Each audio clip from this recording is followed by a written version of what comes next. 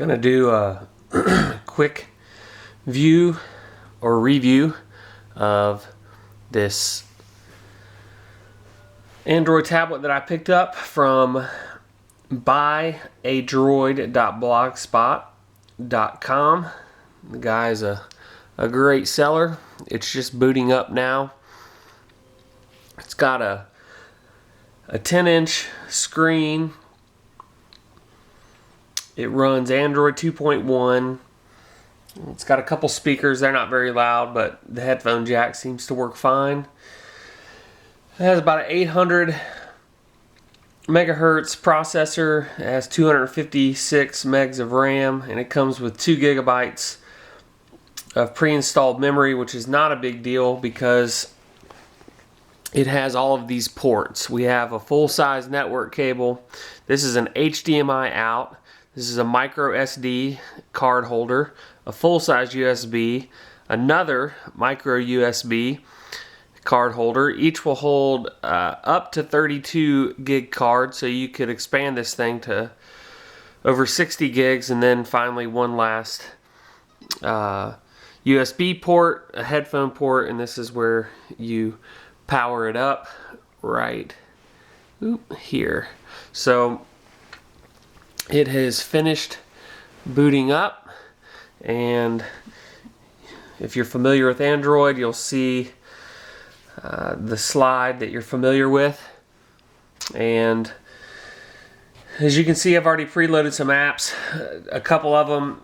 There's a Kindle app for Amazon, and I didn't know how well I would like reading off of this, but it turns out I like it a lot. So you could either read like this.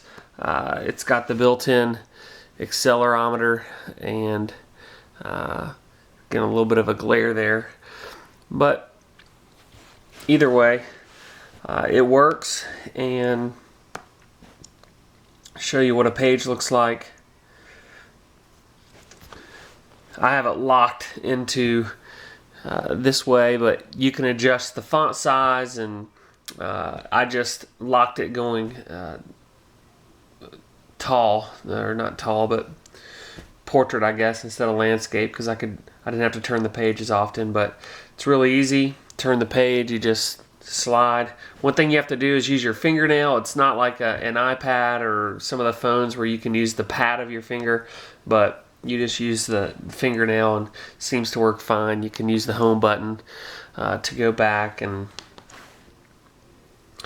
all kinds of apps on here. There's all the ones you would expect, Facebook, and I've got it connected to my Wi-Fi internet. So there you have it. You can see, you can just scroll down through here, and you can click and look at pictures.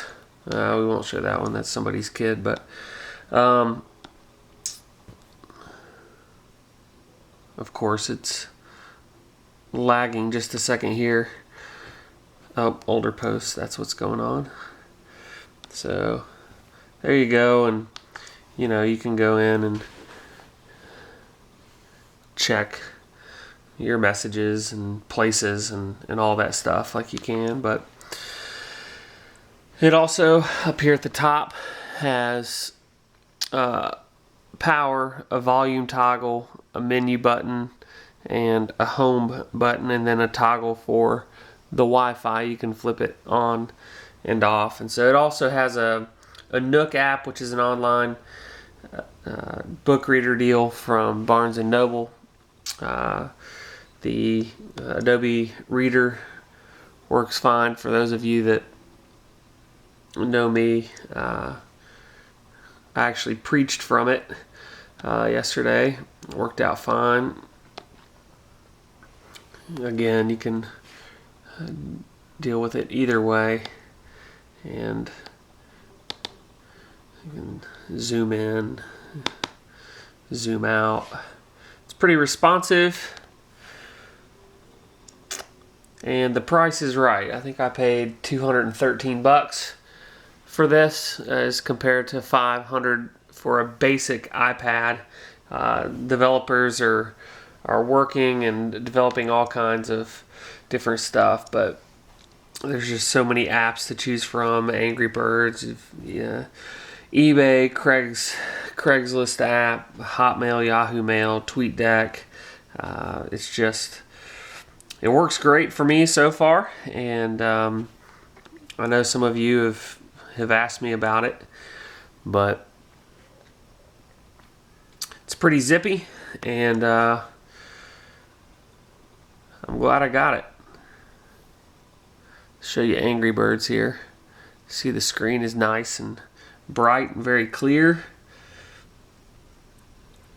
It'll play up to 1080i, I believe. All the specs are on the web page.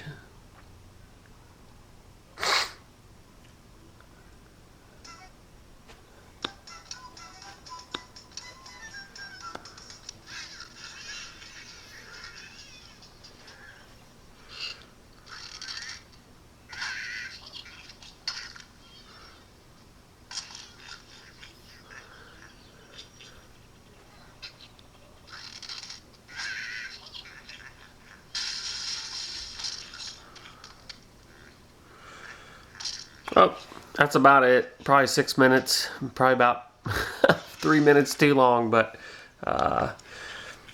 it's either it comes under all different names. A FlyTouch 2, a Wow Pad. The guy I bought it from calls it a Hype Pad, and I would recommend buying it from him. He's a solid dude, and got it here from China in less than 1 week. So pretty cool. Thanks so much.